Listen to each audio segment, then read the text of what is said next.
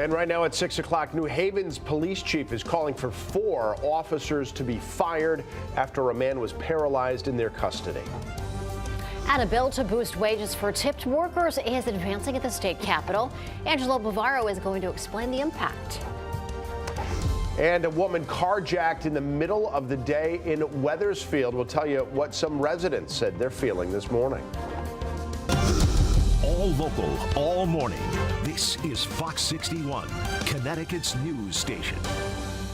Good morning. Happy Wednesday. Thanks for starting your day off here with us. I'm Erica Arias. And I'm Tim Lammers. Good morning to you. We are starting with the weather as we take a live look outside this morning across the state. Hartford, Mohegan Sun, New Haven, all looking okay.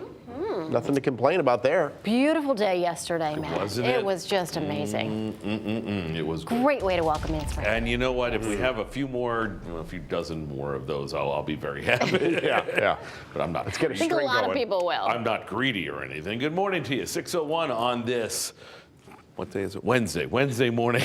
I had to think about that for a second. Coffee hasn't kicked in. Even warmer today with a few more degrees, although we've got some rain coming in. A few showers tomorrow, and it's going to stay around because the weekend starts cold, rainy, and we'll talk about that coming up. 34 in Hartford, 33 in New Haven, 32 in Groton. The wind's fairly calm this morning. Got a few clouds out there. It's not a big deal at all. Nothing producing any rain, even though you'll see a little bit just on the left side of your screen. That will dry up by the time it gets here. But that southerly flow, good for tacking on a few more degrees, even as we add a lot more in the way of cloud coverage later on today. So mostly clear out there now. Mostly cloudy later on, but look at those numbers again, getting easily a dozen above normal, if not more than that.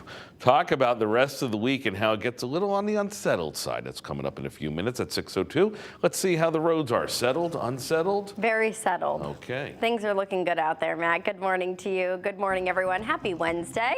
We just have a couple of areas of construction, 2 down in the Norwalk area, 1 on 95, 1 on the Merritt, and then over in Waterbury, we have some road work going on. This is on Route 8 southbound. It is the entry ramp from I-84 westbound is currently closed. This says it will open between 6 and 6:30, so we are expecting that to clear relatively shortly.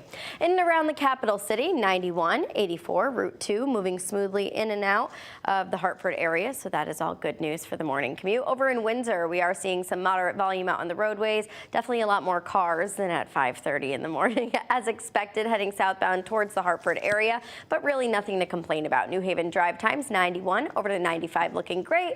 New Haven to Bridgeport will take you about 21 minutes, and that'll drive us right into the Bridgeport area, which is looking pretty good this morning. Some moderate volume starting to build on that southbound side of I-95. The Merritt Parkway is not looking too bad as of right now. We'll check back in on the roads coming up at 6:30. For now, Tim and Erica, back over to you. And our top story here at 6 o'clock, the New Haven police chief is calling for 4 officers to be fired from the department after they were all involved in the incident that left Randy Cox paralyzed while in their custody. Now, details from the internal investigation are expected to be released later today. Fox 61's Brooke Griffin is live in New Haven this morning with reaction from civil rights advocates. Brooke, good morning.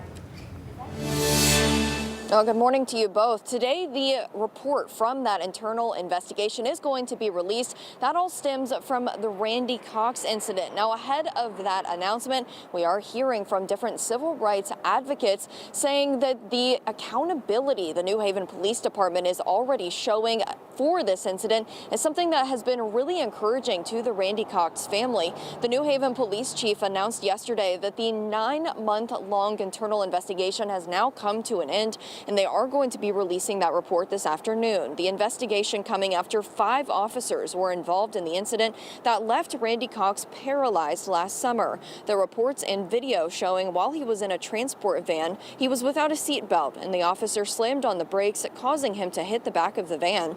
Reports show Cox repeatedly said he was injured, but he was ignored. The 5 officers were arrested in November and pleaded not guilty in January. 4 of the officers are expected to be terminated from the police department. 1 has now retired, and 2 others are set to receive disciplinary action. Since the incident, seatbelts have been installed in the vans and policy trainings have been revised and implemented. Civil rights attorney Ben Crump addressed the New Haven Police Department, saying in a statement, quote, "We are hopeful grateful that the city and police department understand that their actions and lack thereof played a critical role in Randy's permanent and life-changing condition. These officers were sworn to protect their community, but they inflicted unnecessary and traumatizing harm to Randy, and he will pay the price for the rest of his life. Now, of course, those officers are each going to have individual hearings, and those are all spread out through the next month or two. We will have coverage on that, and then, of course, later today, we'll have the full story on that release report. Live in New Haven, Brooke Griffin, Fox 61, Connecticut's news station. All right, Brooke, thank you for that report. It's 6:05. Let's go to Wethersfield now, where police are still looking for the man who carjacked a woman yesterday afternoon. It happened at this apartment building on Executive Square. Police said the thief pushed the woman out of the car before driving off. Now, that woman told Fox 61 that she does have some bruises, but is otherwise okay. But she's not the only one who was shaken up by this. Well, scary, close to home. You never would think something like that happens, but it does. Well, Hartford police eventually found the woman's car abandoned about 7 hours later. They want to remind people to be aware of their surroundings, and they're asking all of you out there just to simply look out for one another. And to Meriden now, where police have named a person of interest in Monday's deadly shooting on West Main Street. He is 33-year-old Warren Watson, who officers found inside of a car on Grove Street with a gunshot wound. Watson was taken to the hospital, then was taken into police custody. He is in jail on unrelated charges.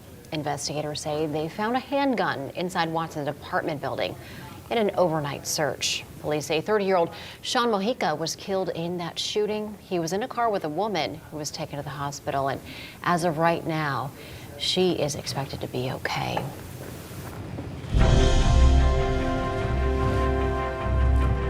At the Capitol today, a bill that would give tipped workers across the state a raise is one step closer to becoming a reality this morning. But as you can imagine, not everybody is raising their glasses to this plan. Fox 61's Angelo Bavaro is live in West Hartford with more details as lawmakers have at least voted to advance the legislation. Good morning.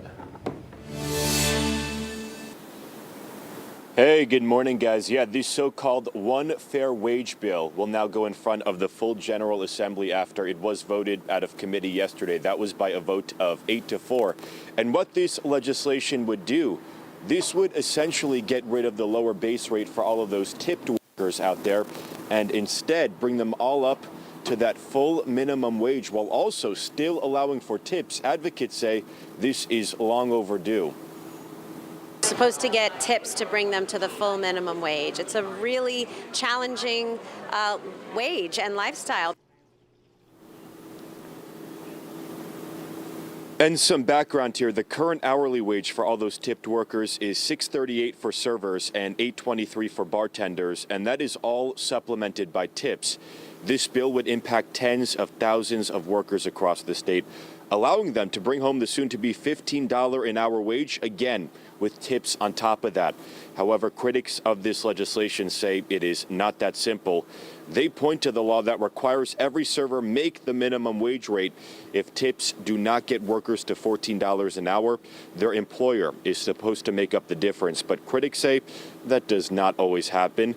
Still, Connecticut Restaurant Association President Scott Dolch says that on average, workers already make between $33 and $38 an hour, factoring in those tips. It is not something that we feel, should be addressed in this legislation. We think that it's not a one-size-fits-all. We want to make sure our restaurants have this opportunity, because they've been hurting so much. We've talked about this over the last 3 years, trying to recover and come out of this pandemic, and to see a piece of legislation like this is very disheartening. And according to the One Fair Wage organization, 7 states across the country have already voted to end what they call the sub-minimum wages, and more states are underway with campaigns to also end, again, what they call those sub-minimum wages. So we'll have to see what happens with this bill in this legislature. Again, this legislation now set to go in front of the full General Assembly. You're live in West Hartford this morning. I'm Angelo Bavaro, Fox 61, Connecticut's news station. All right, Angelo, thanks. We'll see what happens.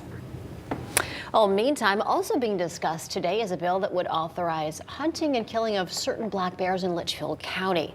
Now, this includes bears that damage crops, livestock, bees, people, pets, or enter an occupied building. Those hunting would need to gather a permit and have permission from DEP. State officials would also establish a so-called bear hunting season, which would have a cap of 50 bears. And the bill also calls for prohibiting people intentionally and unintentionally feeding bears. Also happening at the Capitol, lawmakers and the governor will highlight the state's agriculture programs in the annual Connecticut Ag Day event. You're looking at a video from last year's event. It is expected to happen around 10:30 today, this morning at the Capitol building. Since the pandemic started, the governor's office says it's given nearly $5 million to support emergency food programs and to fight food insecurity in our state. All right, Husker Nation getting ready for the Sweet 16. Yeah, both the men's and women's teams are going to be playing in their regional semifinals this week. And today there's going to be a send-off for the women as they head to Seattle to face Ohio State on Saturday. According to the university's Facebook page, that send-off is happening in the usual place, right outside the Jonathan statue at 1:45 today in stores. And if all this has you feeling a little nostalgic, you can watch some never-aired archival footage of the UConn women's homecoming after their first national championship in 1995.